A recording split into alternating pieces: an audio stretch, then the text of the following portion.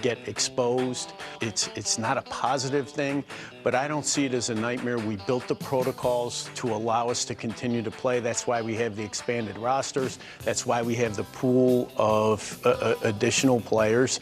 We think we can keep people safe and continue to play.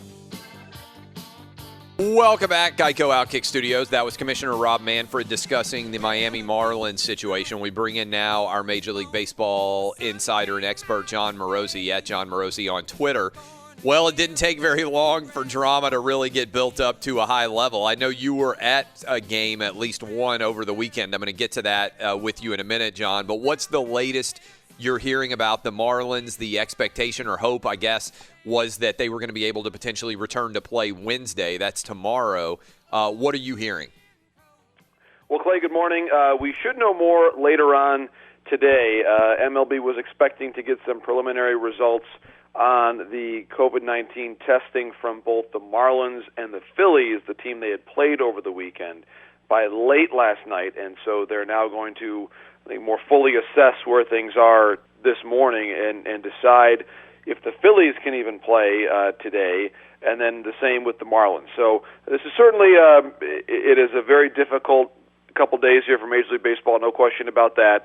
But it really does appear that as long as the Marlins can continue to field a representative club for the next several days, whenever they can resume play, that the commissioner is predisposed to continuing with the season. And I think that there is a lot of logic to the fact that baseball is continuing to play and did continue playing last night, because the reality is, and there's been a lot of back and forth about, would a bubble have been a better idea?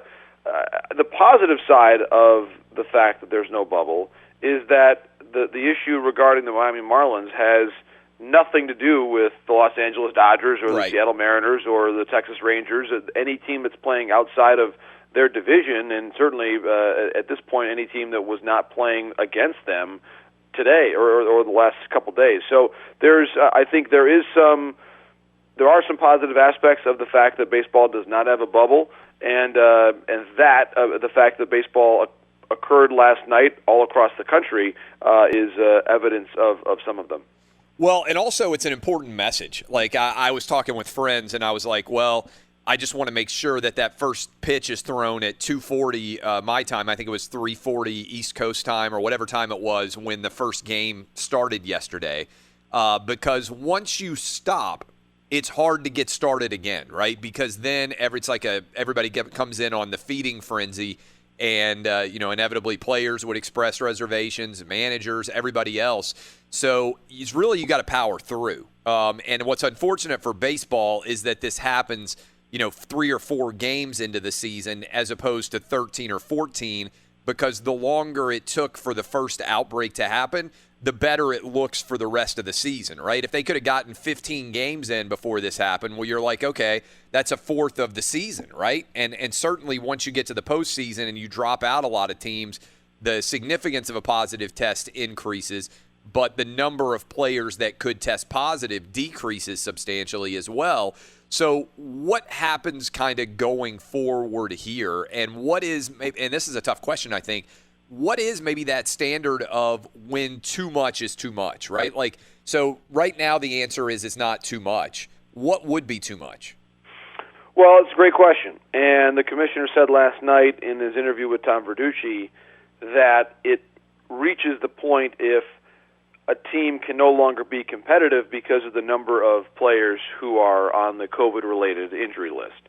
And if that happened also, broadly speaking, for multiple teams where they simply were not themselves and they were having to dip down to AA players to fill out a majority of their roster spots, then you'd have to really look at seriously the overall enterprise. But it appears now that the Marlins are looking reportedly to add players to their roster. It's important to note that the 40-man roster is a really crucial part of the baseball roster management cycle, and from your 40-man roster, you designate your 30 active players.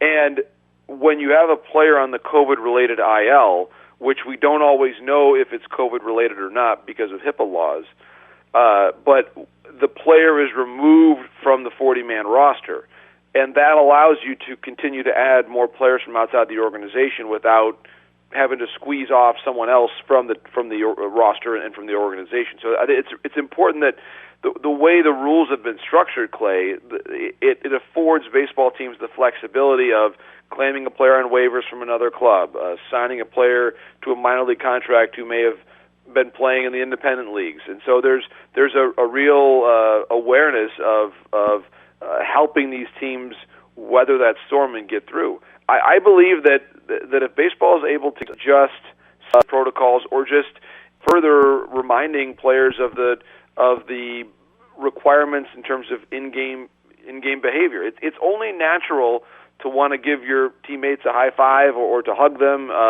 and to be close to them in the dugout. That's the way that we've all grown up in the game.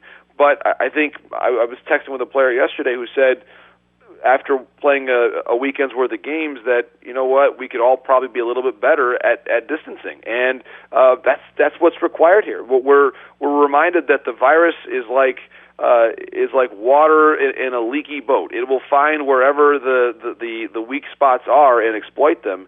And if there's too much contact, especially for a team like Miami that was coming from an area where the virus has been very prevalent, it will unfortunately seize upon that weakness. And so I think it's now all about everybody redoubling efforts and really realizing just how devastating this could be if these outbreaks were to continue. Okay, you went to a game, I believe, in St. Louis. Yes. What was it like from the perspective of someone who has been covering games for years and years to find yourself there in Cardinal Stadium watching the Cardinals? It was unique. I was in St. Louis on Saturday, and actually I was in Cincinnati for the season opener on Friday. And I drove from Cincinnati to St. Louis and stopped in beautiful Terre Haute, Indiana, Clay, and saw the Larry Bird statue there on the way there. That was my halfway point. But it was unique.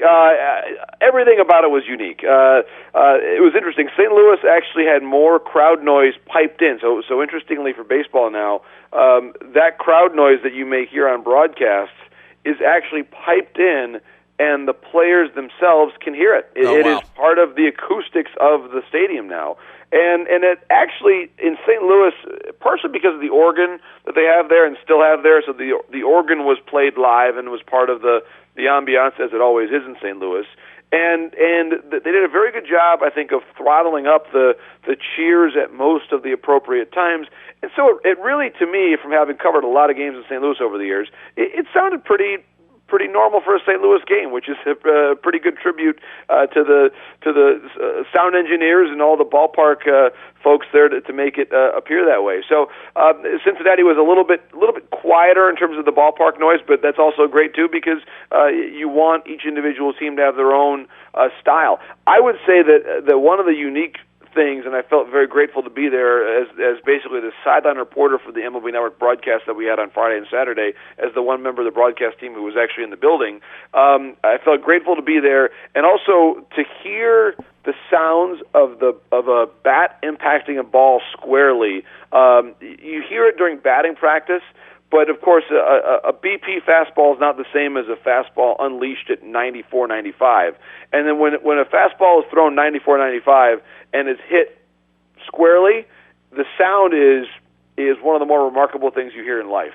And that happened a few different times where I was right there and heard just an absolute pure contact of the baseball by an elite Major League hitter, Mike Moustakas in Cincinnati, and Paul Goldschmidt in St. Louis, and Tommy Edman in St. Louis.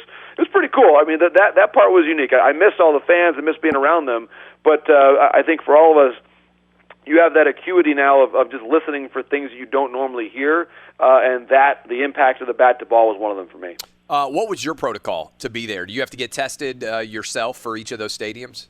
Yeah, great question. So you come in and you have to have a temperature check, symptom check upon entry, and then a mask is on for you the entire time you're there, except for when you are speaking on the air. So, I mean, for me, Clay, it was a matter of making sure that I was aware of the different local and state ordinances in each ballpark that I was in. I had been paying attention the previous week to Governor DeWine's updates in Ohio about masks in public areas, which really I think there was a new mask ordinance that went into effect a day or two before I got there that effectively said if you're even in a public space outdoors, you must wear a mask unless you're at least 6 feet away from anybody that's around you. So was abiding by that and had the mask on except for when I was actually speaking into the microphone. And those transitional times, kind of getting ready to go on the air, I would take it off and then put it back on. So it was that was basically what I had to do, and I was not anywhere close to the field of play. So normally in my job, I'd be in a camera well.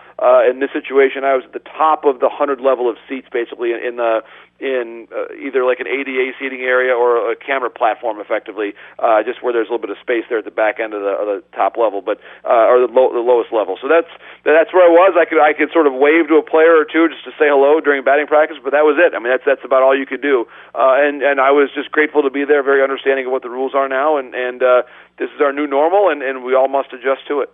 Appreciate it. By the way, really good interview Major League Baseball Network did with Commissioner Manfred last night. Really, really solid work by Tom Verducci.